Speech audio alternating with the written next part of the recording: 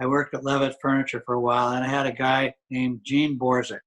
And he was kind of one of the original guys at Levitt's. And I don't know if you remember Levitt's or not, but it started in King of Prussia, Pennsylvania.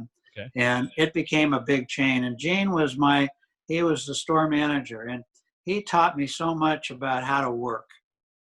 I really didn't know how to work. What do you mean by that? That you got to give it your all, and it's this whole idea. It's where I figured out that balance in life wasn't the key. It was integration. Yeah. You had to make it all work together, work, home, recreation, everything had to kind of fit together. There was no such thing as balance. And Gene taught me that. And so I became a really hard worker.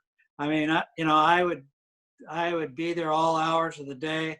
I'd be the one out picking the cigarette butts out of the parking lot. And so, that was a big thing.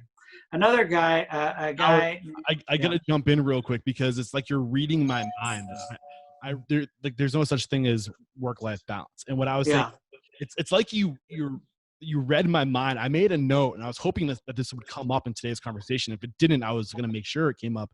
You quoted something along the lines of, your life's work is still your life's work, which is something that, I mean, it's kind of out of context, but you had this moment where you were laying down in bed and you were like kind of depressed that like you're retiring and like, well, how am I going to do?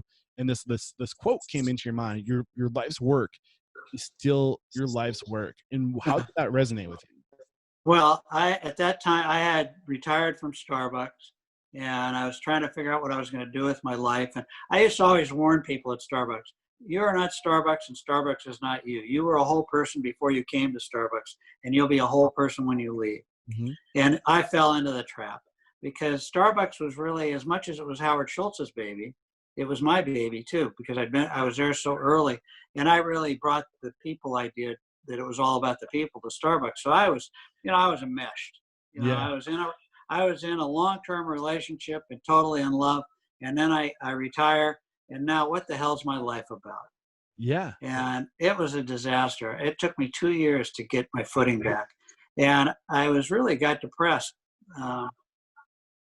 And I was laying on the sofa in Palm Springs, in my house in Palm Springs, and I really was thinking, I was reading a book, and I was thinking my life wasn't worth living, which is a long way to go. Now I wasn't, so serious. I wasn't serious about killing myself, but the point is what's my life about?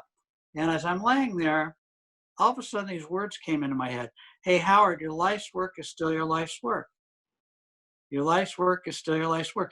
Came out of nowhere, out of thin air. And I said, yeah, that's true.